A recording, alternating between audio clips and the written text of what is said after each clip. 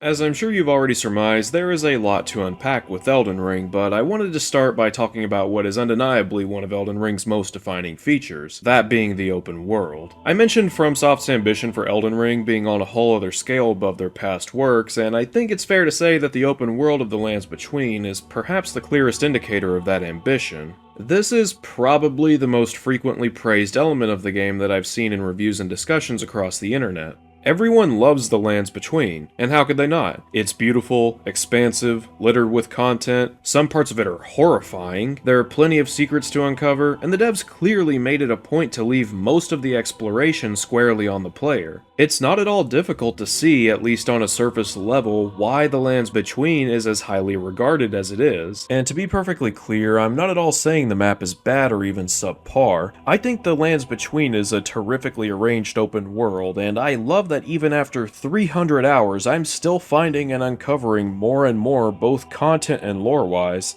I've done the Lord of Frenzied Flame quest probably 4 times now, and I'm only just realizing that there's a secret entrance from the bottom of the subterranean shunning grounds into the Deeproot depths, and you can bet that my next playthrough will see me taking that path before I even get to Morgott, and I think that's really damn cool. Hi there, Future Loveless intervening. Turns out that you're not allowed to go through that path before you get to Morgott, because Morgott puts some magic on it.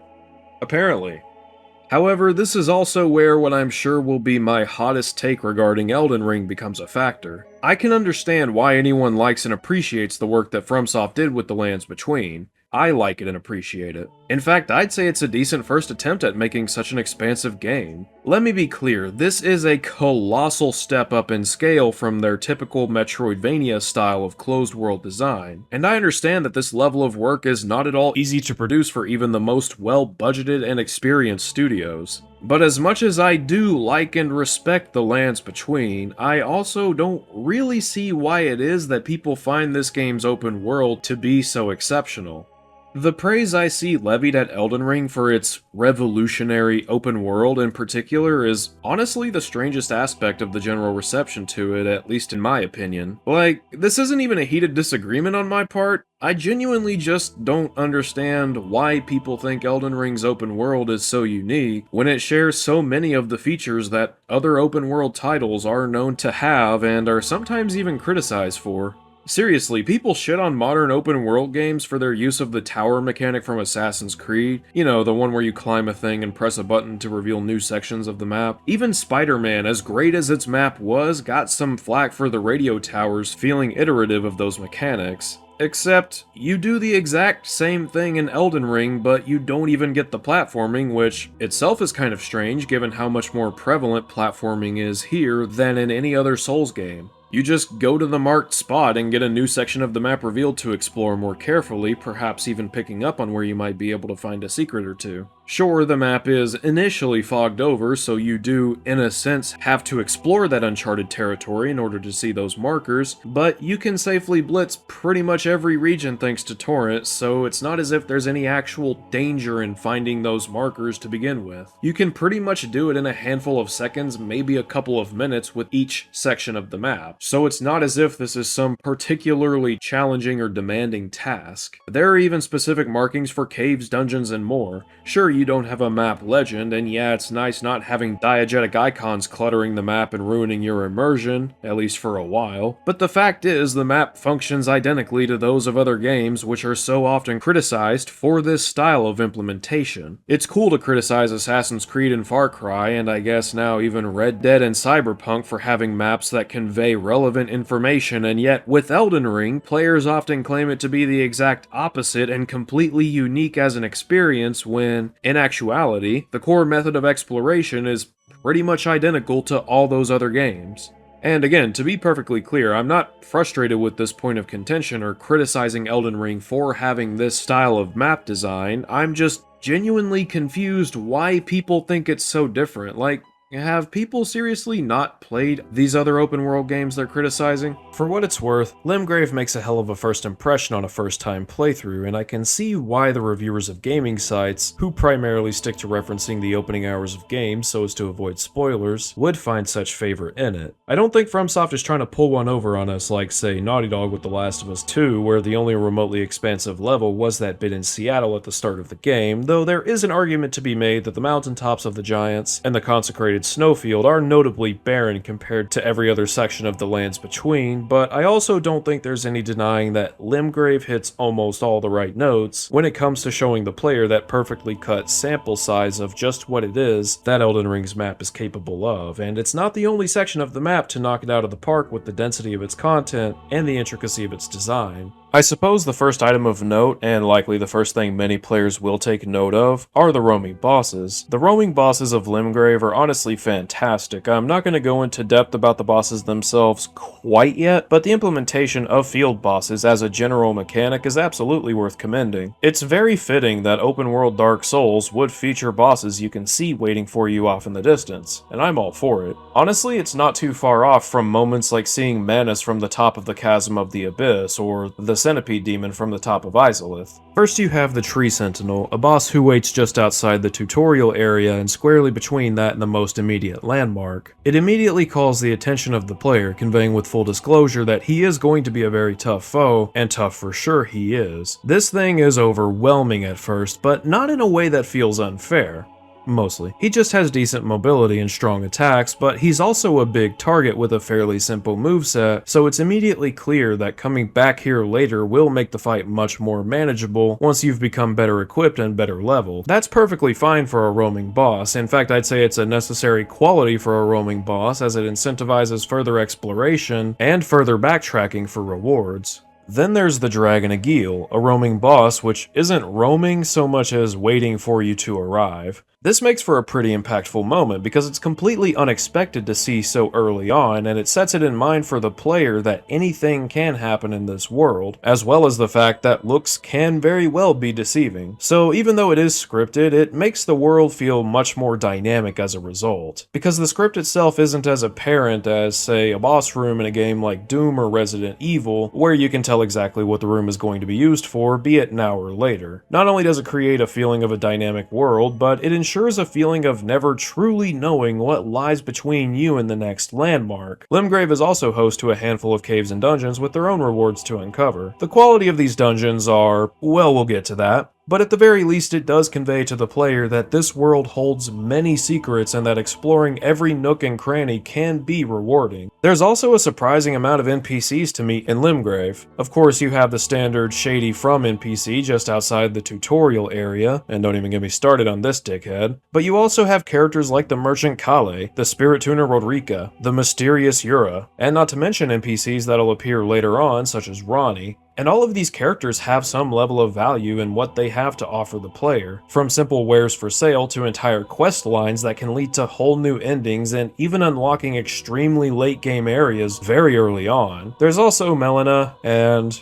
well, we'll get to her later on. And then there's the surrounding areas, the dreary Weeping Peninsula to the south, the frightening realm of Caelid to the east, the lost city beneath the forest in Siofra, and then Stormveil Castle to the north, as well as the bogs which lie beyond that, as well as the school beyond that, and the mountain beyond that, and the mountains and mountains beyond that with their own mountains beyond them. Having multiple surrounding areas that are themselves quite expansive and even stretch further out into even more distant lands is a fantastic way to alleviate any trace of linearity in how the player will choose to explore this world. It simultaneously paces how the world is revealed to the player whilst ensuring they always have somewhere new to go, making for a seemingly boundless degree of exploration, at least for an initial playthrough. However, this type of design can be something of a double-edged sword, and I think it's high time that somebody finally said it. Elden Ring's lack of direction is a major issue. That's not to say that lack of direction itself is inherently negative. In fact, it can absolutely work to the advantage of open worlds, and especially Metroidvanias like those of previous Souls games. But Elden Ring seems to pride itself on being almost completely directionless.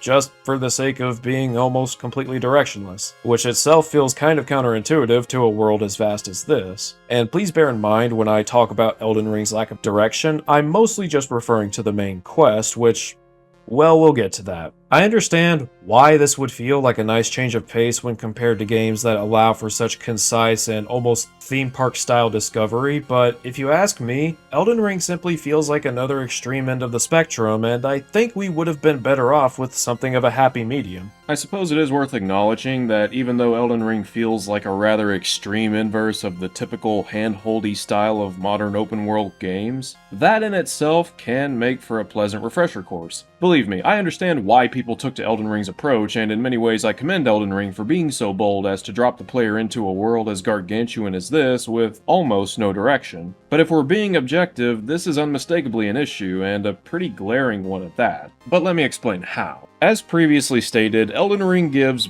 basically no direction to the player upon entering the lands between. The air tree acts as a visual pointer for where to go, but the trek there is obviously going to be far more complicated. The Sites of Grace also point to nearby shard bearers on the map, but that kind of thing is extremely obtuse because it relies on the player understanding the shard bearers' locations, and that they need to be defeated in order to proceed to the air tree proper. It's not something most players will immediately be able to put together. I personally had no idea why they were leading off in so many different directions on my first playthrough, and it wasn't until partways into my second playthrough, having understood the actual main quest path and also being 100 hours in, that I was finally able to piece it together without any sort of guide. This goes hand in hand with player motivation, and I really want to highlight why that's so important. What is the goal for the player in Elden Ring? Well, it's to become the next Elden Lord, okay?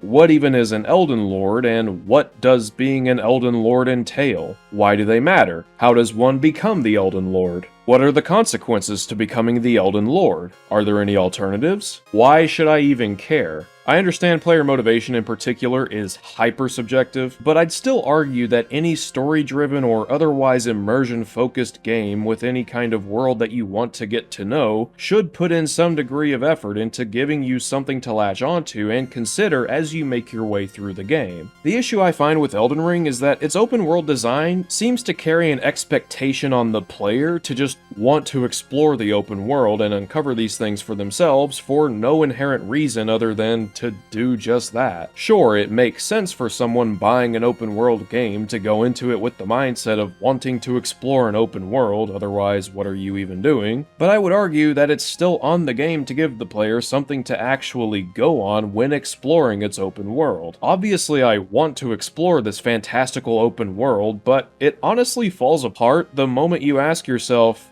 what am I even doing right now? This kind of thing isn't exclusive to open world design either. Players in general need some form of extrinsic motivation for all the core interactions they engage within any game. This expectation that Elden Ring has for the player to just want to play the game for the sake of wanting to play is something that I think developers often take for granted, and I'm honestly not a fan of this mentality at all. It's the worst kind of laziness because it allows the developers to just get away with completely bypassing what is arguably the most important aspect of any piece of media: the first impression, the hook, the goal of your play. A bit of mystery and obscurity is fine to have in any game, open world titles especially included. Previous From titles prided themselves on drip-feeding the player as little information as possible so as to facilitate investment by rewarding their curiosity. However, they also made it a point to give the player a defined goal to keep in mind as they explore the world. The goal in Demon's Souls is to slay powerful demons so that you can save the world, and you do so by completing levels. It's the most straightforward, but it works. In Dark Souls, you escape the asylum, and in order to fulfill the wish of a dying comrade, you want to ring the bell above and the bell below. You're then directed to Sen's Fortress, taken to Anor Londo, then to the Chamber of the Princess, where you're given the Lord Vessel and told to gather Lord Souls so you can finally meet Gwyn at the Kiln and bring about a new age. You always know what you need to be working towards, and you can infer enough about it to feel as though your adventure matters even before you begin to properly dissect the lore. In Dark Souls 2, you're told to find a way to break the curse of the undead which plagues the world, and in order to do that, you'll need to gather powerful souls. After that, you go to Drangleic Castle at the behest of the Emerald Herald, who's been serving as your guide throughout the adventure, and deep beneath Drangleic, you acquire the King's Ring which can be used to reach the Throne of Want. There's obviously plenty more to do in the game, even more so than either Demon Souls or Dark Souls, but the path is made very clear provided you're willing to pay a bit of attention. Story-wise, there's little to cohesively connect this sequence of events, but the game itself does a fine enough job at directing the player just enough to understand what exactly the deal is and what they're supposed to be doing. In Bloodborne, you're told to go find a cure for the Scourge of Beasts so as to find an escape from this hellish nightmare. After meeting Gehrman, he suggests engaging with the hunt for the time being, as doing so will inevitably lead you to the answers you seek, and thus closer to the waking world where you'll be free to continue your life in relative peace. So you progress for a while and eventually learn about this place called Byrgenwerth, a place where scholars were taught all there is to know about blood and its significance to the city of Yharnam. This place is very clearly important, so you make your way to Byrgenwerth, and that's where things take a major turn after the encounter with Rom. You're directed to Yahar'gul, where you'll find your way into the Nightmare of Mensis after defeating the area's boss, and after that you find what is presumably the very source of the horrors that plague this city, and from there you slay the Nightmare and return to Gehrman to make one last decision. It's definitely more perplexing and even obtuse than previous titles, but there's still a narrative through line to help direct the player. Dark Souls 3 is similar to past games in that you're told to slay powerful foes, this time the Lords of Cinder, in order to bring an end to the Age of Fire once and for all. In Sekiro, you're pretty much always told what to do by either Lord Kuro, or sometimes Emma, Ishin, or even the Craftsman. Finding the right path can be occasionally difficult, as is the case with any From game, but it really doesn't take that much investigating to figure out where you're supposed to go next.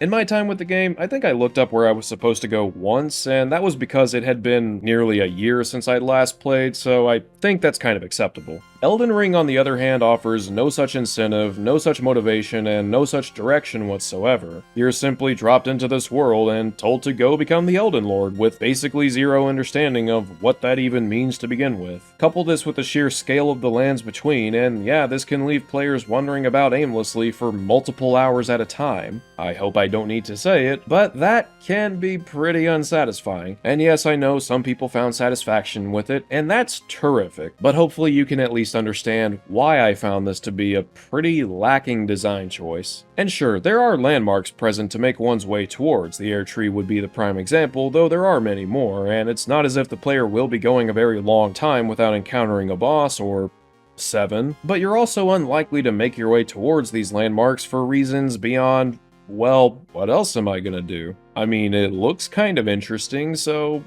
why not? This feels strikingly weak coming from a studio so renowned for their ability to indirectly guide the player, and the effect that it can have on the experience is pretty damning as a whole. There's a common sentiment held by FromSoft's player base that using a guide during your initial playthrough can be a significant detriment to the first-time experience, and though I am inclined to agree, I can no longer say that I have always stuck to this principle, assuming we ignore my using a guide to refresh my memory that one time in Sekiro, but again, that was after like a year. Elden Ring, however, was the first From game that I'd properly broken that rule. Not because I was struggling or anything like that, I just genuinely had no clue what I was even supposed to be doing or where I was supposed to be going. The reason for this is because Elden Ring's main path of progression is dictated by requirements that one would only really be able to know either through secondhand information or by complete happenstance. Elden Ring's first real goal for the player is to reach the Lyndell capital. This can only be done by collecting 2 Great Runes, aka Boss Souls, and having visited Round Table Hold, which can only be done after speaking to Melina. What's funny is that Melina will offer her assistance to the player with the option for the player to refuse her help. However, the game is quite literally impossible to complete without doing so, effectively making this choice on par with those seen in Pokemon games where the NPCs basically tell you, haha, no really, either say yes or just turn your game off. If you've yet to visit the Round Table Hold or simply lack the Great Runes, you'll be met with an impenetrable barrier blocking the only entrance to the capital. Why does this magical gate exist? Well, it's because Morgott said so. Why does it require 2 Great Runes and a trip to Round Table Hold to bypass? I genuinely have no idea. There is quite literally no explanation for why you need great runes specifically to bypass this magical barrier. It only exists as an arbitrary block to prevent players from beelining to Lyndell on subsequent playthroughs. Look, it was dumb in Dark Souls, and it's dumb here. What, am I supposed to believe these bubble-blowing double babies also possess multiple great runes? Alright, it's easy to make fun of, but the real and objective issue here is that the actual prerequisites for bypassing this progression block don't really seem to carry any degree of rhyme or reason. It's not like in Dark Souls where you knew that ringing 2 bells would do something and finding out that it's to do with that fortress you probably saw a while ago. No, you just need 2 great runes, and you need to have been at Round Table Hold. I don't know why the Round Table Hold matters. Like, I genuinely don't know how that applies to this, or why it even affects this magical barrier in your ability to pass through it. Yeah, it's magic. Yeah, I know, it's whatever. Look, in the end, there's no logical through line to really follow here, and it's not as if it's some kind of looming mystery with a grand moment of revelation like Dark Souls might have had for certain players who saw the yellow fog gates first, then saw them disappear with the acquisition of the Lord Vessel. Hell, it's not even preceded by an interesting boss, it's just a buffed up version of a boss that you've most likely seen at least 3 times at this point. But as much of an issue as the complete lack of direction is, I'd also like to take a moment to point out that despite the clear intent to leave exploration up to the player, it's not actually possible to get lost in the lands between, or at least not on the surface. Sure, you can be wandering around for hours with not so much as a clue of what you're even supposed to be doing, but this isn't the same thing as finding yourself legitimately completely lost in the game's world with no idea or even shortcuts for getting out. Because in the end, you have a map that, despite not being as cluttered with icons, initially, functions identically to those found in other AAA games, as well as a fast travel system that is far more generous and accessible than any of From's prior games.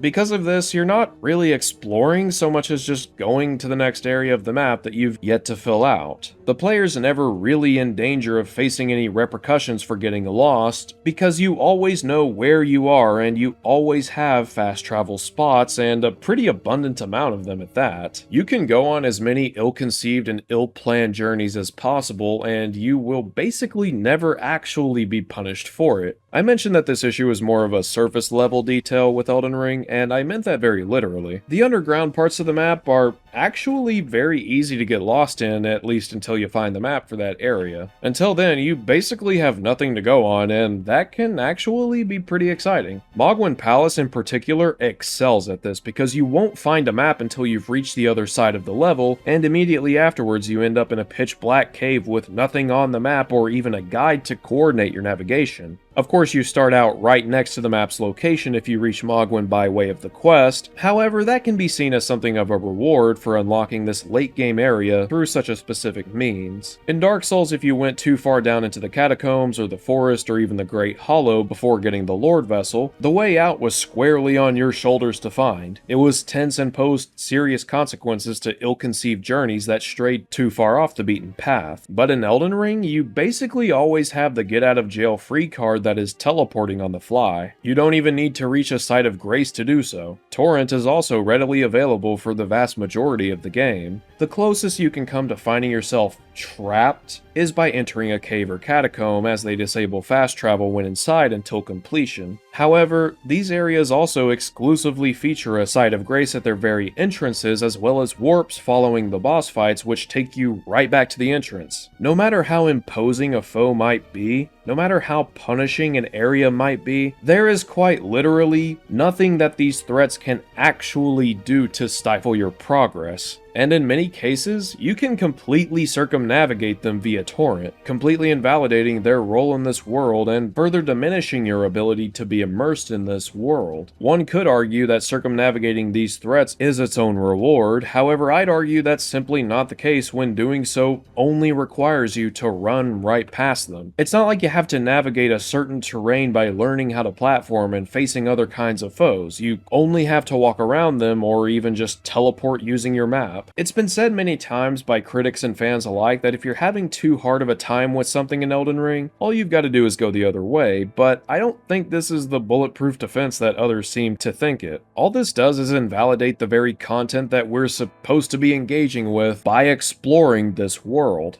And unless you somehow manage to return to these points at rather precise margins in your exploration, you are almost always going to find yourself so completely and grossly over-leveled that you'll practically walk a straight line through whatever it was that was giving you trouble, often in an unsatisfying matter of seconds. Sure, in past games like Demon's Souls, you could go through another level and come back stronger, or you could even find a spot to grind, but it never got as far as to feel like you could just laugh off whatever dangers were thrown your way, at least not without literally dozens of hours of grinding. With Demon's Souls specifically, there was also world tendency to account for, provided you even knew what that was. But in Elden Ring, you'll feel like you've accidentally turned on God mode on more than one occasion just by doing this. And let's dissect that a bit more, shall we? Because Elden Ring's open world design plays a huge role in utterly obliterating whatever semblance of balance that it might have possessed at one point. During my first playthrough with Elden Ring, I decided I wanted to play with a sorcery build. It was the only build that I'd never started a Souls game with, and I heard that the game had a lot of sorceries to discover, including a literal Kamehameha. So I figured, hey, why not? In the opening hours around Limgrave, things were pretty much going as you'd expect. Enemies were pretty easy to pick off from afar, but they got a lot more dangerous whenever they managed to close the gap, and maintaining my MP felt like something I genuinely needed to be mindful of given my early game stats. Overall, I found Limgrave to be more than adequately balanced across pretty much any and all builds that I've tried, and this is undoubtedly something that contributes to why it makes such a positive impression on players across the board. However, upon heading north, my ability to deal damage as a sorcerer almost immediately took a nosedive, especially against bosses like Godric. But that's the thing, I was barely out of Limgrave when this started to happen, and I didn't have even the slightest clue of where I could find any more sorceries. Eventually I met the Pope Dog, and while his sorceries were a terrific upgrade from the Glintstone Pebble that I'd been using, this was also just before visiting Raya Lucaria, where many of the enemies have magic resistance.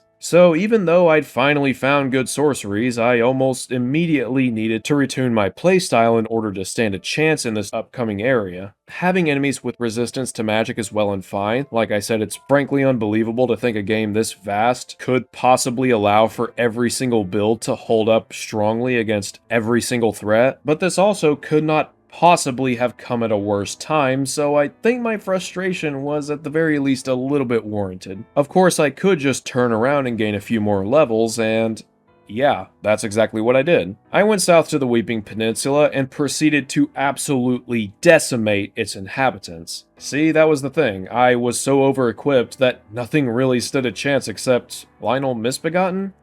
Okay, no, not even him. And that's the main issue with Elden Ring's open world structure. The world is so directionless and seemingly uncaring of what you do that half the time you'll either be so underleveled that you'll be banging your head against the wall in frustration trying to get through fights that will be borderline impossible to win at your level, or you'll be so ridiculously over-equipped and over-leveled that you'll feel as if you've accidentally turned on cheat codes without realizing it. If there is an intended path, it is way too obfuscated and probably could have done with some clearer direction given the sheer number of places there are to go, even in the game's opening hours. I have done over a dozen extensive playthroughs at this point, and honestly, I still cannot piece together an ideal path of progression, and I have sincerely tried. I understand that stats absolutely should matter in RPGs, and it can be difficult to balance enemy and player stats in an open world game, especially one as big as this, but this is far too much of an issue to just hand wave so casually as if it were just a concession that we just have to settle on because, hey, it's an open world, that's just what happens. I have played a lot of open world games, and I don't know if I can recall a game with progression and stat balancing as downright abysmal as Elden Ring's.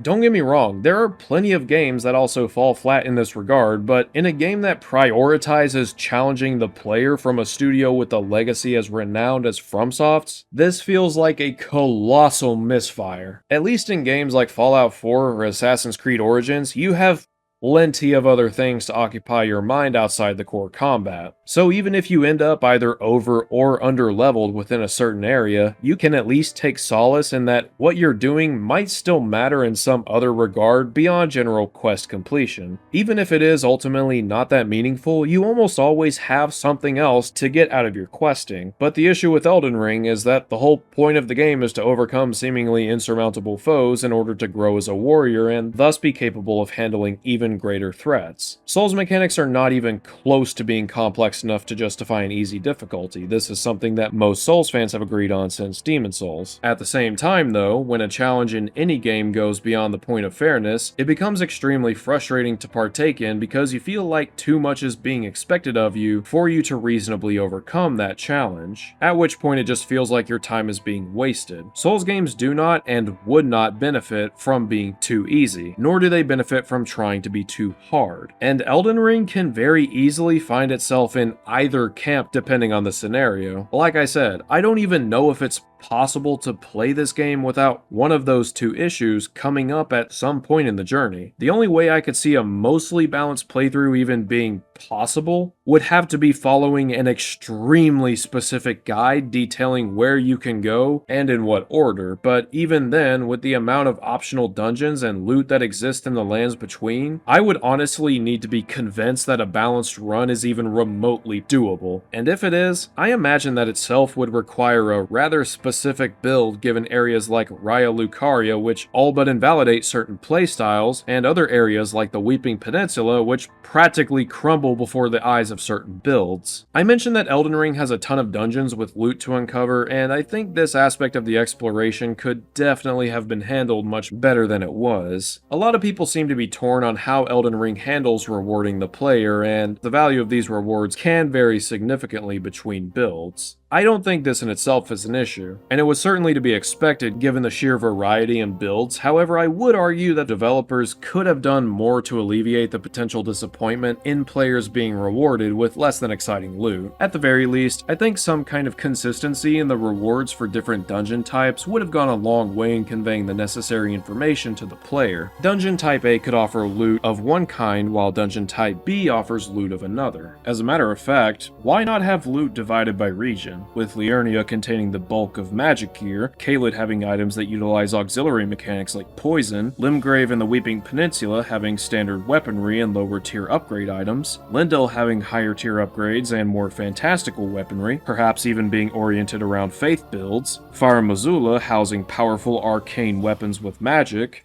and Mount Gelmir having all things to do with fire. So on and so on, yada yada yada. Elden Ring almost does this with the magical towers. They're not fully fledged dungeons per se, but they all require the player to solve a puzzle in order to unlock a new spell or some piece of gear that's related to sorcery. You can pretty much surmise this just by looking at them, and it's because of this consistency and the use of puzzles that I really like these areas. Like I said, they may not be full-blown dungeons, but they're absolutely worth exploring, at least for sorcerers. And for what it's worth, it does seem as though the upgrade materials have been paced out in a way that mostly makes sense. The first spell bearings that unlock smithing stones are found in Liurnia and Caelid, then Atlas and Lyndell, and finally Farum Azula, and that's great. Unfortunately, the same cannot be said for the bulk of Elden Ring's optional dungeons, whose issues stretch well beyond questionable rewards for completion. The most notable issue with the side dungeons is that they all follow a very simple formula of finding a lever and proceeding to the area's boss, the roster of which are all recycled from one area of the game to another. These dungeons are extremely samey too. The one in the subterranean shunning grounds almost feels like self-parody because the idea is that it tricks you into thinking that you're going in circles because every area looks the exact same. Of course, not every minor dungeon has a lever. You can actually run straight through many of these once you've come to understand the layout. Elden Ring's optional dungeons are very rinse-repeat, and they typically don't have any puzzles or riddles that help them to stand out. There are at least a couple of exceptions that are made deliberately confusing to navigate, which definitely helps to engage the player, but these exceptions can only do so much to distinguish themselves.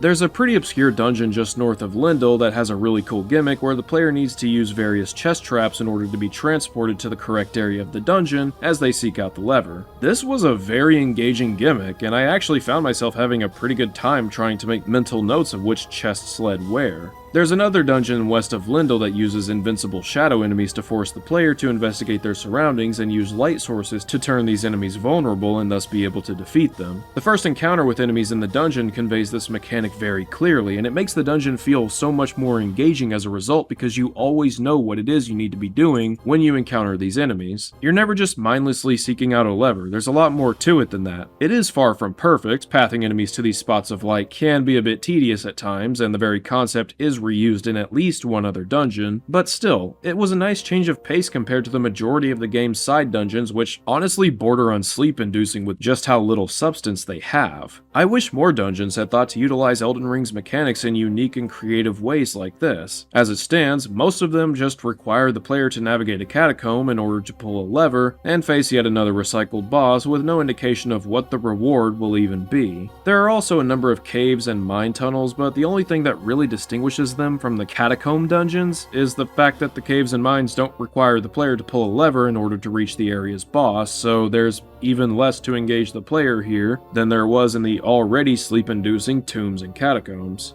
I've said it before, but I'll say it again. The rewards for completing these dungeons are a major issue because unless you've taken to the wiki to see which dungeons give which rewards, you're likely to either find yourself disappointed with the end result or you just won't even care to bother in the first place. I myself skipped at least 3 dungeons on purpose in my first playthrough, and I can't imagine that I'm the only one who's done this because, as far as the optional content goes, these dungeons are severely lacking as far as rewards and even basic player engagement. I've heard them compared to the Chalice dungeons of Bloodborne, and while I think that is an apt comparison, I'd honestly argue that the Bloodborne Chalice dungeons are much more engaging and worthwhile. Don't get me wrong, the Chalice dungeons are very flawed, and it's blatantly apparent that they really only serve as a dumping ground for the game's lesser utilized content, but at least with that comes the promise of new content and not to mention a bevy of genuinely powerful items to use with the base game and DLC. The Chalice dungeons feature both unique loot and unique enemies and even unique bosses. Again, they're far from perfect, but at least they serve their purpose, and they are worth engaging with for reasons beyond the chance of maybe getting a worthwhile item. It should also be noted that Elden Ring's optional dungeons, barring a few standouts like the Black Knife Catacombs and the one in the subterranean shunning grounds, generally speaking, are absolutely devoid of storytelling, which is bizarre coming from a studio so renowned for their ability to place such interesting breadcrumbs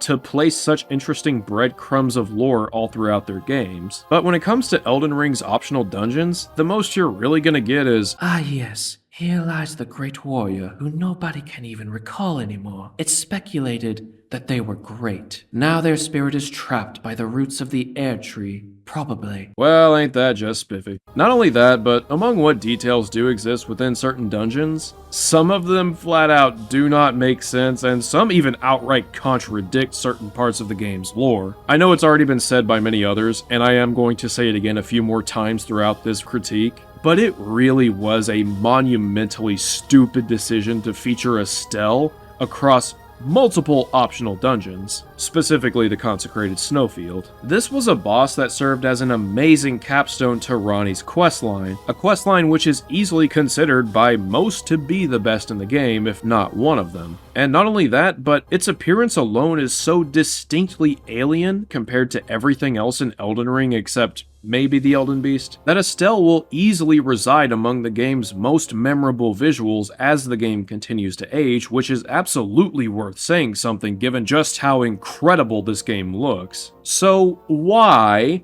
pray tell, did anybody think it was a good idea to recycle Estelle to this random dungeon in a completely unrelated and optional part of the map? What is the lore that justifies this? Also, why is he hanging upside down in different parts of the underground levels? Like, nobody talks about this. People always talk about the Consecrated Snowfield Estelle, which, yeah, that's the big dumb one, but these are also really strange in retrospect. And it's not just Estelle. Estelle is the most egregious example, but there are several others. For example, can someone please explain to me how this lava-spewing magma worm found itself trapped at the end of a mine tunnel behind a wooden gate? Why are the watchdogs so terrible? There is a distinct lack of lore in these minor dungeons, and it really does them a disservice because they feel more like video gamey elements that only exist to give the player something to do, rather than actually contributing to the world around them. And yes, again, I am aware that there are occasional glints of story, such as the Black Knife print found in the Black Knife Catacombs, but these are very, very few and far between. These side dungeons stick out, and not at all in a good way. At least with Bloodborne's Chalice dungeons, they offered something unique and worthwhile, and there's an entire community built around them for that reason. Bloodborne contextualized the Chalice dungeons as existing beneath Yharnam and filled them with enough lore to add further depth to the game's already engrossing world. Elden Ring's dungeons are not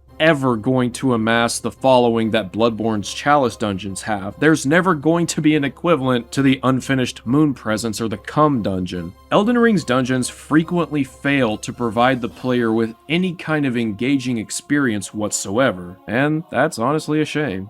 I'd also like to make it clear that the game's legacy dungeons are in no way exempt from critique either. Most of these dungeons are actually pretty good. They're far more involved than the side dungeons and possess far more content, both in regards to their construction as well as that which lies within. Not all of them are winners though, in fact, some of them are pretty terrible. To illustrate my point, I first want to look at what I believe to be the 4 best legacy dungeons in the game, those being Stormveil Castle, Lyndell Capital, Volcano Manor, and Mohgwyn Palace. These are, for the most part, very solid dungeons, and I think by referencing what makes them feel so complete and generally high quality, I'll be able to better illustrate the issues seen in what I consider to be Elden Ring's worst legacy dungeons, those being Miquella's Haligtree and Raya Lucaria. Starting out, we have Stormveil Castle. I think a large part of what makes this dungeon feel so memorable is the build-up to it. As soon as you exit the tutorial area and step into Limgrave, you're going to see the castle up ahead. It's a landmark that's easily identifiable, and you can infer there must be something worth finding there because, well, it's a fantasy castle. This really is as close as the game gets to directing the player, barring the air tree itself, and it's pretty well done. Approaching Stormveil, you'll be going uphill past a battalion of soldiers, complete with barricades and even a ballista firing down at the player from the highest point. Past them is a tunnel which leads directly into a boss fight with Margit the Fell Omen. I'll be discussing him later on, but for now what's important to keep in mind is that this makes for one fierce obstacle between the player and Stormveil. After defeating Margit, the player has the option to either storm the castle directly, or circumnavigate the entrance by taking a longer route. The entrance is protected by a number of soldiers and ballistas, however, so this way will be significantly more difficult to navigate than the given alternative, which, though longer, will prove to be much more manageable for newer players. This is great because not only does it give the player an option to experience multiple avenues of play, but it's something the player can keep in mind for subsequent playthroughs and New Game Plus. All of this adds up to make for a terrific first impression just on arrival, and it really doesn't even cease until you've finally left the dungeon. Beyond Margit is where the dungeon truly begins, and it's quite easy to find oneself lost within the walls of the castle, as there are a number of potential routes, both horizontal and vertical. Not only that, but there are even instances of platforming to engage with that either open up handy shortcuts or can even lead to new areas of their own. There's also a terrific variety in enemies. There's the standard soldiers and ballistas, these fiery mages, a giant, a royal revenant, an omen, and even though I personally can't stand these enemies, you also have the dogs and these bird things that have swords on their feet and fling explosive barrels from above. Again, I may not care for all these enemies, but the variety is very much appreciated. It makes sense for the setting, and it helps to keep each section of the dungeon from feeling too rinse-repeat. Plus, it's nice to have a dungeon this early on in the game with so many different types of enemies, which could potentially help to prepare you for future endeavors. There's honestly so much to like about Stormveil, and it really feels as if the inclusion of the jump button, as well as the generally more open design, allow the developers the chance to finally see Anor Londo's full potential through Stormveil, and I say that as someone who loves Anor Londo. Combine the level design with all the story details you can come across and just how good it looks, and Stormveil inarguably feels like a very real, fleshed out castle setting. In fact, I think a very similar thing could be said regarding Lyndell Capital, an area which not only feels like a proper kingdom, but is just rife with content and branching paths, some of which lead to significant areas with plenty to see of their own. I will say that Lyndell's enemy set is a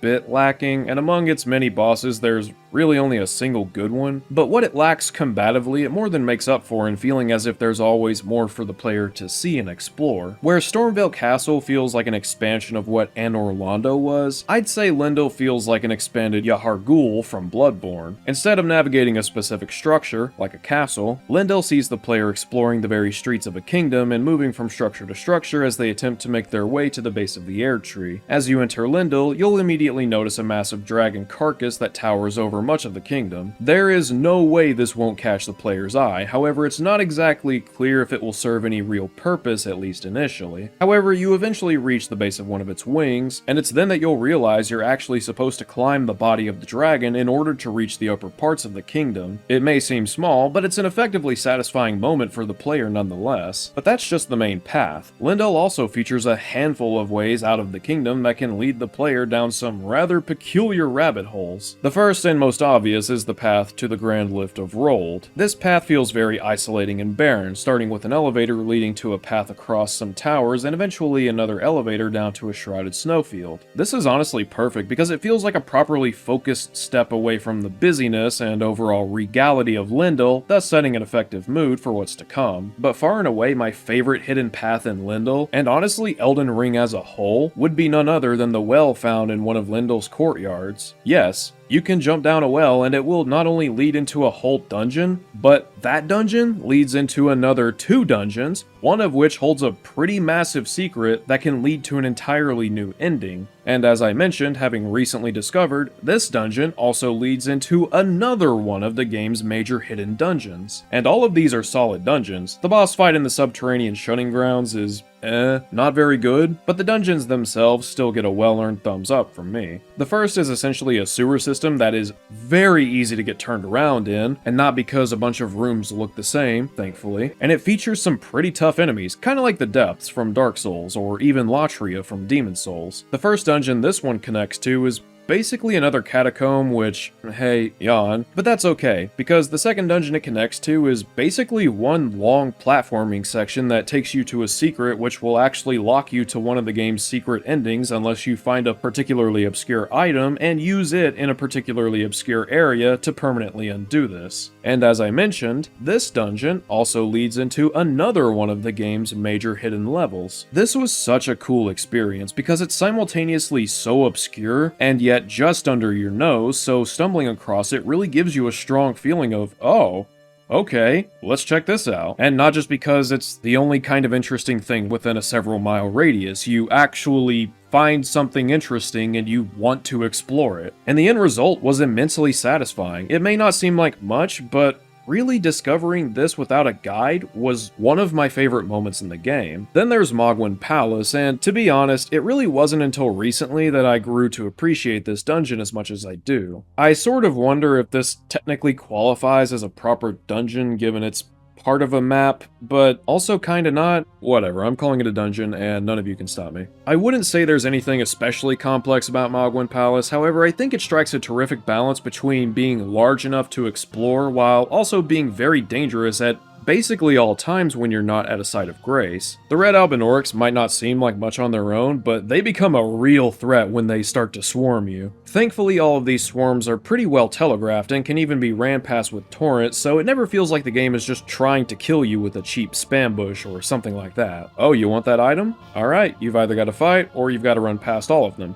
It's that simple. Then there's the more open part of the level, which is honestly just kind of a pain in the ass. Avoid it at all costs. That being said, there are some items worth getting here, so don't be afraid to shoot your shot for the sake of exploration. Just beware of dogs. Next along the main path is a short wood with Albinaurics who summon massive enemies that deal very high damage. This is probably the closest the game gets to a legitimate stealth section, and yeah, it's actually mostly functional as a stealth section. I couldn't believe it either. It's also just fun to try and blitz your way through it with torrent bobbing and weaving as you try and lightning McQueen your way to the site of grace that lies just past the woods. After ascending some stairs and fighting a big blood blob, Alright, you wind up in a pitch black cavern where a sanguine noble will spawn every minute or so, might be a little bit less. These are pretty tough enemies, and trying to fight them in the pitch black is as unnerving and stressful as it sounds. You'll spend a good while walking around in here before you finally reach the exit. It's not so big that it becomes tedious to navigate, but it's also not so small that it's over and done with in a matter of a minute. At least not on your first run. After all of that is a straight shot to the boss. It's a fairly simple dungeon, far from the lengthiest in the game, but it does its job really well. The enemies are tough, but nothing really feels that frustrating. Again,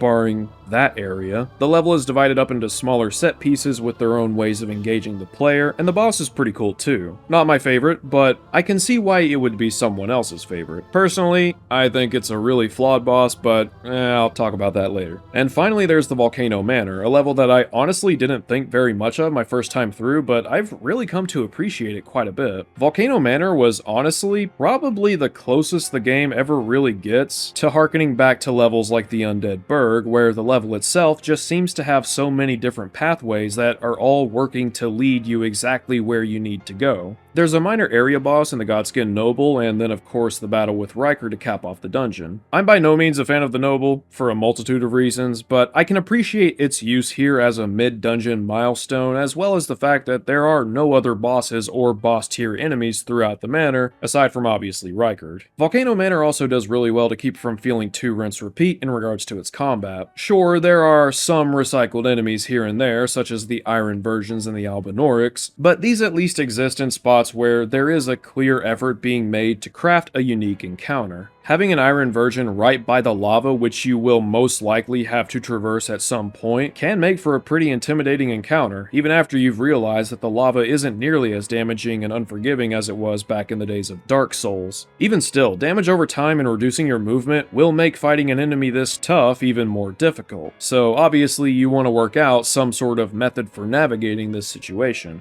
This dungeon is also predominantly populated by the Serpent Warriors, who actually managed to feel quite balanced relative to this area. Not only that, but as far as I'm aware, they don't appear anywhere else in the game, making the manor itself feel far more unique as a dungeon compared to the typical rank and file. These snaky boys have both fire and poison attacks, and can catch you off guard with their strange and elastic movement, but they're also never going to outright one-shot you unless you're just insanely under-leveled, which really shouldn't be the case given just how much is between this dungeon and the starting area, so you should be fine. The manor also does a great job at spacing out its sites of grace and maintaining a sense of interconnectivity that allows it to get away with its more limited sites of grace. All in all, there's about 3 sites of grace within the dungeon's main area, if I'm remembering correctly, and they're spread out perfectly between the start, a somewhat obscured room on the other side of the dungeon, and finally a midway point following the Godskin Noble fight. They're not so far apart that you'll be completely drained of resources by the time you reach one or the other, but they are far enough apart that frequent mistakes will begin to add up over time. It's balanced. In fact, it's balanced really well. It's not too difficult, but not too easy either. And honestly, I think it might be my favorite dungeon in the game. But for now, Volcano Manor, as well as Lyndell, Mohgwyn, and Stormveil, are all great dungeons, and I think that had Elden Ring's other legacy dungeons managed to be as expansive, well-designed, and rewarding to explore as them, it more than would have made up for the much more lacking side dungeons. Unfortunately, now I've got to start talking about Raya Lucaria and the Haligtree. I'm going to start off with the Haligtree, which is a serious frustration to even reach, let alone actually play through. In order to reach Miquella's Haligtree, you'll first need to gather 2 medallion pieces, one from an NPC on the west end of the map who's hiding in a corner within an already somewhat obscure area, and the other by defeating one of the most painfully awful bosses in the game. Neither of these areas would seem to have anything to do with one another, and the only saving grace is that the item descriptions thankfully tell you which of the grand lifts will take you to the consecrated snowfield. It's also kinda weird that neither of these medallion pieces were put into the Shaded Castle, which canonically has ties to the Haligtree, including a character that is kind of obsessed with Malenia, but alright. Unfortunately, unlike the 2 halves of the Dectus medallion, which let you know where to find their respective halves, the Haligtree medallion's 2 halves offer no such insight. As far as the player is concerned, they are simply acquired from 2 areas which would seem to have nothing to do with one another, let alone the Haligtree. I suppose it could be argued that the Haligtree is supposed supposed to be as obfuscated as possible for both narrative and mechanical purposes, being that the path to it is canonically hidden on purpose, and the dungeon itself being mechanically one of the hardest in-game locations in the entire game. Upon reaching the consecrated snowfield, you'll have to make your way to the northern end of the map, where you'll have to solve a puzzle in order to reach Miquella's Haligtree. However, when attempting to solve this puzzle, you'll have to deal with archers who fire multiple arrows at a time, all of which deal extremely high damage and stagger, as well as invisible Black Knife assassins who will not only use high damage grabs to catch you out of nowhere, but whom will also run away the moment you try and attack them. Needless to say, this section is pretty frustrating, and I'd be lying if I said the Haligtree itself was much better. The Haligtree's first area is comprised of a series of branches the player will need to carefully navigate whilst dealing with oracles firing projectiles, as well as giant ants, which make navigating the branches even more of a pain. I didn't mind the oracles in Lyndell, but here they're just kind of a nuisance since you're trying to balance yourself on such narrow walkways, and canonically speaking, I don't even know why they're here to begin with. Maybe there is a perfectly sound explanation, but even if there were, it's still another needlessly recycled enemy. The same can of course be said for the giant ants. They look intimidating, but are unfortunately kind of annoying to actually engage with, at least on these narrow walkways, so typically what you're going to want to do is just run right past them, which at this point in the game is honestly just tiresome. The next area is where I'd say this dungeon peaks, however that's not to suggest it's very good either. Here the player will need to navigate a sort of village hanging from the side of the tree, and while I can appreciate the actual structure of the level, which allows for some fairly engaging platforming and even features a couple of decent shortcuts, the enemy lineup here is both recycled and infuriating. By the time of reaching the Haligtree, it's unlikely the player won't have seen each of these enemies at least once before, and the majority of them are rather infuriating to deal with on these smaller platforms. And again, canonically, I don't even know why or how half of these enemies even exist here. Again, maybe there is an explanation, and if so, that's great, but it's still a hefty amount of recycled content to feature at the start of this super secret endgame dungeon. Thankfully, this section of the dungeon is capped off with one of the game's best bosses. I mean, it's kind of strange to even see her here given the player will almost certainly have already fought her at the Korea Manor, so mark this dungeon down for another recycled asset. But she is a great boss nonetheless, and easily the best part of the Haligtree experience. It's kinda sad that we're at that point, but oh well, I suppose. Following Loretta will be a sharp descent down into the depths of the Haligtree, where the player will be faced with yet another poisonous swamp level. These are something of a staple for FromSoft games, but the amount of them featured in Elden Ring is honestly kinda ridiculous. There's the Lake of Scarlet Rot, which I actually don't even know why it's there, canonically speaking. Caelid's Swamp Aeonia, the swamp surrounding the Shaded Castle east of Gelmir, the Blood Swamp which precedes Mohgwyn Palace, Haligtree's Poison Swamp, and if we really want to be dicks about it, Liurnia of the Lakes is also a swamp with its own poison subsection beneath the village of Albinorix. I get that this is Miyazaki's favorite kind of level to design, and having an open world just naturally opens more opportunities with really any kind of level design, but can we maybe stop and just say enough is enough? Haligtree's Poison Swamp is admittedly more of a subsection of a level, but it's still really asinine to go through. It slows your movement to a crawl and disables dodging, which can make dealing with even these weaker enemies a complete chore.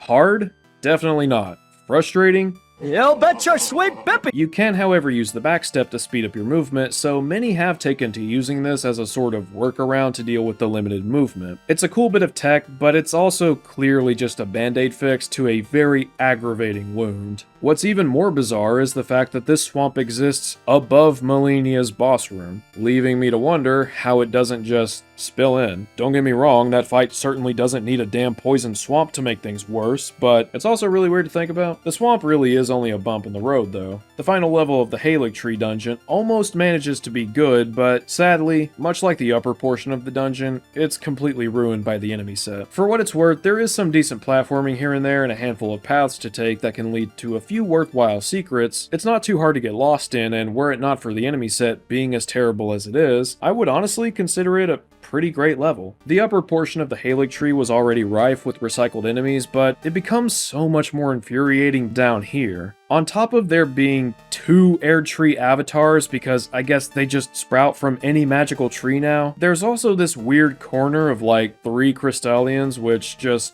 sit there until you approach them. Okay. Oh, and how can I forget the multiple Royal Revenants, which... Okay, can I just say, fuck these enemies? They are so blatantly annoying and unfun to fight against that I genuinely believe the game would be significantly better if they were just patched clean out of it. But yeah, aside from that, there are basic soldier enemies which, at this point in the game, will be complete non-threats. And then there's the Haligtree Knights, which I actually really like. They're definitely tough, but they don't feel so ridiculously overtuned that they'll just annihilate you in one fell swoop like the Banished Knights. They really stand out as tough, but actually fair fights. Oh man, I miss those days. And to cap off this dungeon, we have one of the game's most infamous bosses, Malenia, Blade of Miquella. See, the thing about Malenia is that Haligtree's pretty terrible. There are definitely things I like about it, or at least there are some nuggets of potential, but it's just crap.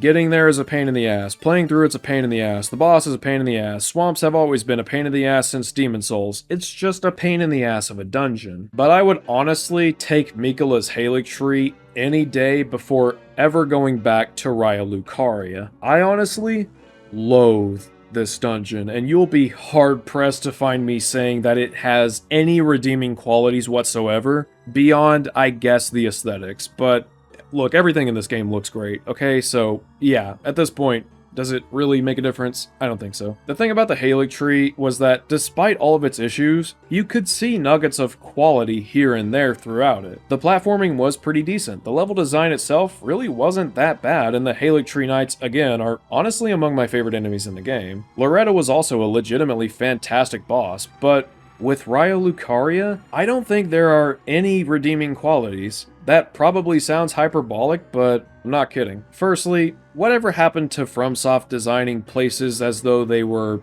you know, actual places? The layout and structure of Raya Lucaria is so poorly designed that I honestly question if it was outsourced to a studio that had never even heard of Dark Souls. You start out by entering a sort of hallway which feels noticeably cramped, and the only way forward is through a graveyard which leads to a dead end unless you jump onto this...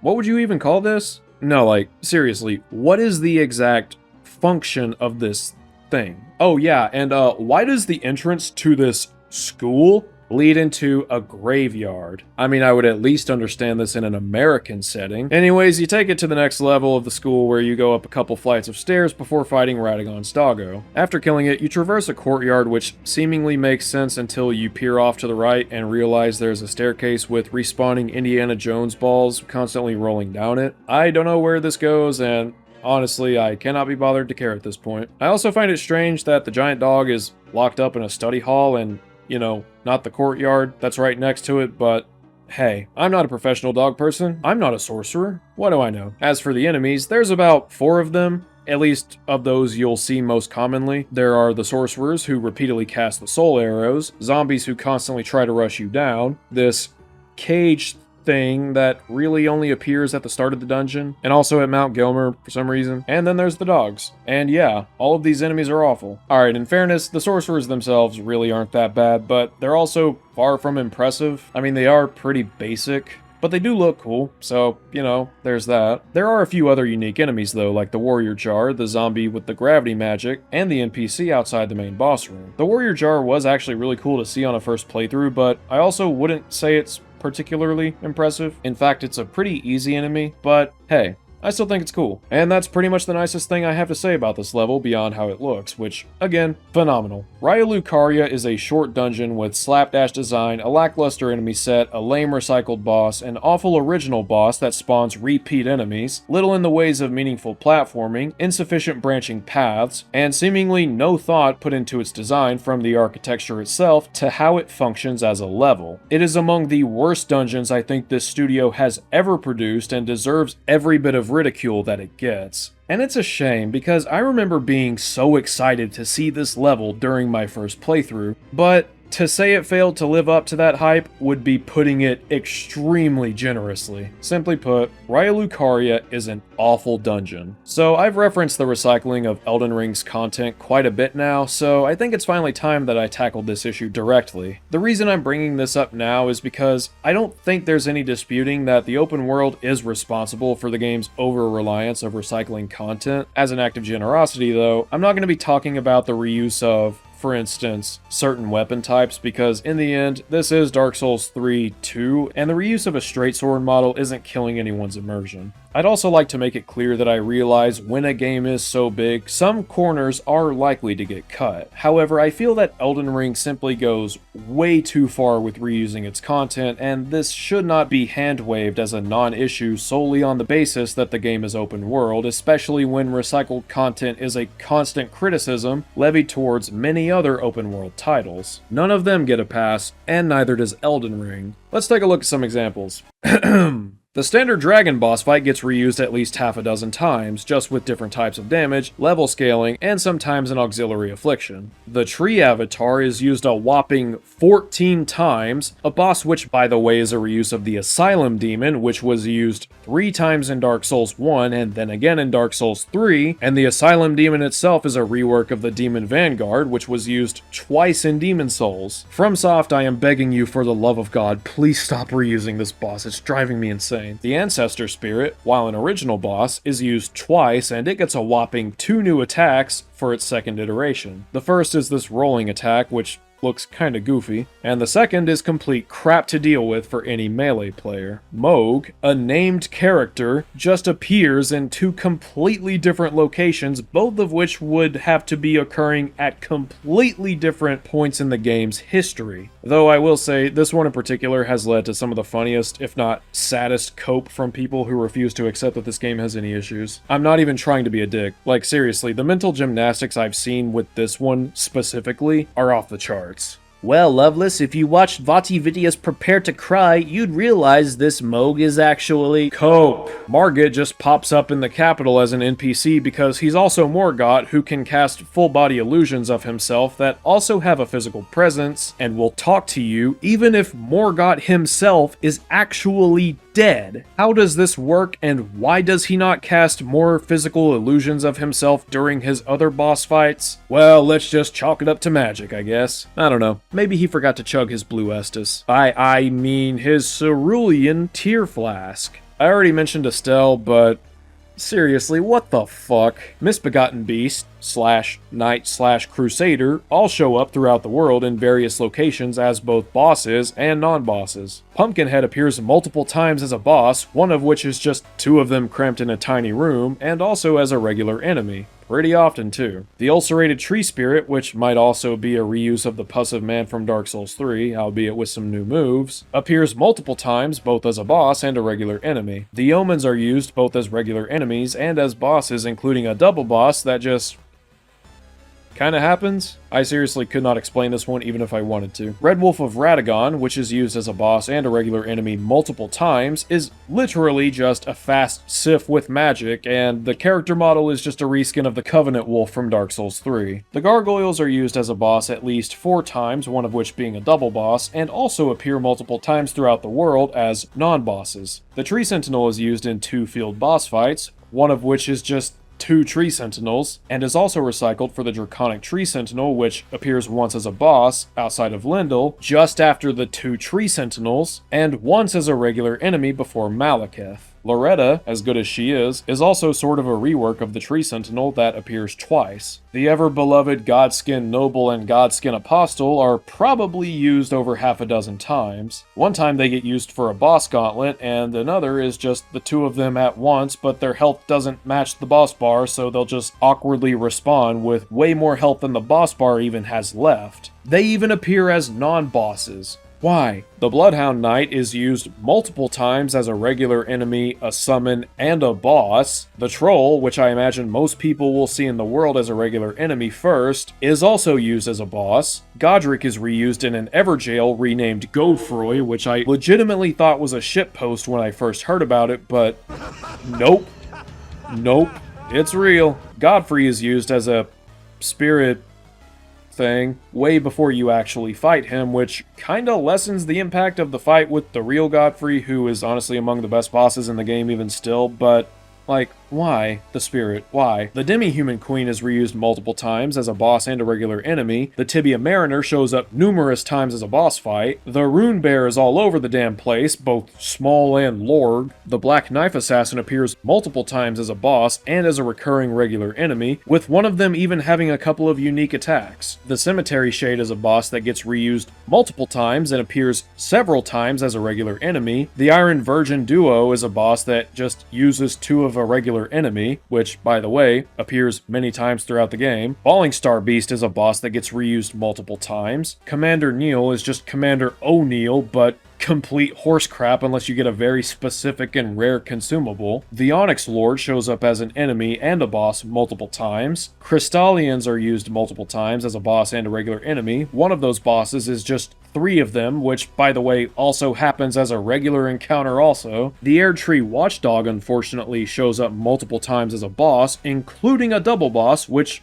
literally nobody likes. The Kindred of Rot is a fairly common enemy that just gets made into a triple boss because that's just what From does to make their games hard anymore, I guess. Wormface shows up in several locations as a regular enemy and a boss. The Night Cavalry is a field boss that shows up several times, once as a double boss. The Royal Revenant is reused many times and can go fuck itself. Omen Killer is a boss that shouldn't even be a boss, and it gets reused multiple times as both a boss and a non-boss. The Perfumer Duo is a boss that gets reused many times over as a regular enemy and a summon. The Grafted Scion is the tutorial boss, and also probably the worst tutorial boss From has ever made, and guess what? It appears multiple times as well. The Crucible Knight is all over the damn place as both regular enemies and bosses, sometimes with a tacked on second phase for no reason other than just to have one. The Dragonkin Soldier is reused multiple times. And finally, Lanciax is reused across 3 different locations, as well as being reskinned as Lich Dragon Fortisax. And on top of all of that are numerous environmental assets ripped straight from prior games, including but not limited to the Stones of Messengers and various other sculptures from Bloodborne, meaning that this is the closest we're going to get to Bloodborne on PC, probably for a very long time. You have to understand, this isn't just a handful of nitpicked assets being recycled across environments, although there are certainly plenty of those, but these are enemies, a significant portion of very noteworthy and very common enemies and even bosses, which appear practically by the dozens across the entirety of the game, more often than not in locations that they simply shouldn't even exist in. Like, I'm not just cherry picking some reused wall textures or something. Enemies are the primary thing you engage with and interact with in Elden Ring, and the fact that so many of these are reused as what this game would categorize as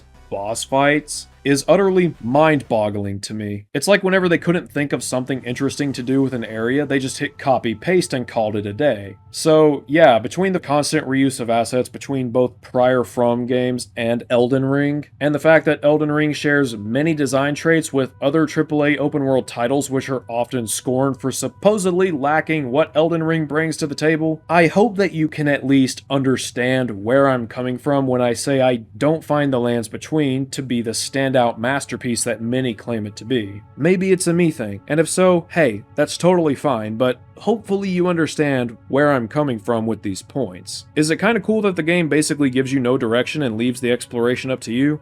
You know, barring the markers which directly label the spots that possess an item that reveal large sections of the map, one of the most common features in any modern AAA open world game?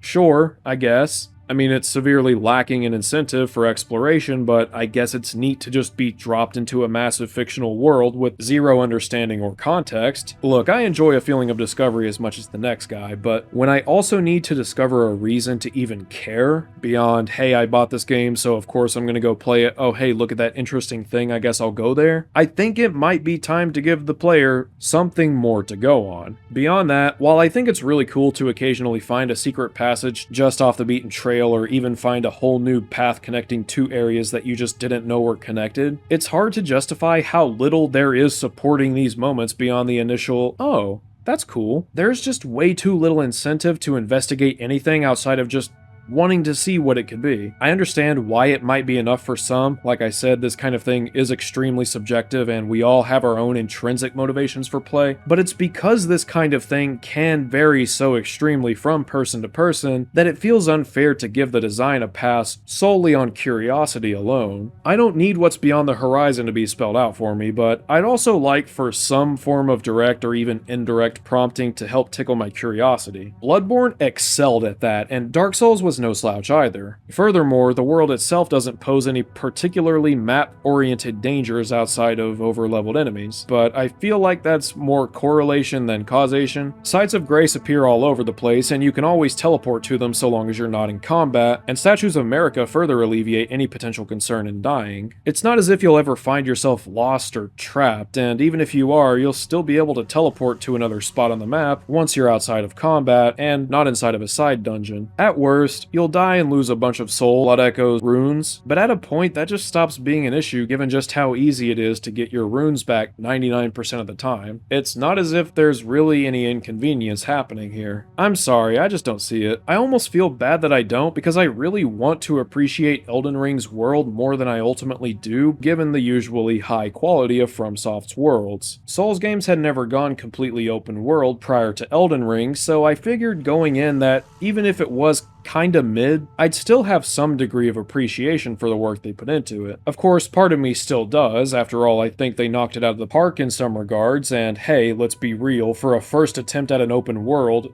this is pretty solid. But there's such an abundance of cut corners and copy-paste jobs that I can't help but feel the Lands Between just doesn't quite meet its potential. I've said it before, but I'll say it again. I understand that cut corners border on being inevitable with open world games, but there is no excuse for how frequently they appear in Elden Ring's world given the game's insanely long development cycle and budget. I guess I understand why there are some who would appreciate it for being such a distinctly directionless open world, but to me, it's a far cry from the quality of world designs in games like Dark Souls and Bloodborne. Pretending that constant asset reuse to this extent is a fundamentally inevitable component of open world design is a lame and tired excuse. Could you seriously imagine if we applied that principle to any other tenet of game design? That just doesn't fly with me, and while I understand the desire to see something fresh in an industry prone to recycling concepts so as to ensure sales numbers, I don't see why Elden Ring is being treated as if it's breaking the mold when it's still following many of the trends that other games are so often criticized for. I appreciate many of the qualities to be found throughout the Lands Between. Like I said, some of these dungeons are exceptional, but I simply don't see it, on the whole, as the standout gold standard that many have claimed it to be, and I hope that I've at least made my reasoning for that clear. The biggest disappointment with Elden Ring's map, though? Not being able to go out to sea. Seriously, why does this map have to tease me with all these little icons? Could you seriously imagine, like, a ghost pirate ship in this game? Dude, that would have been sick!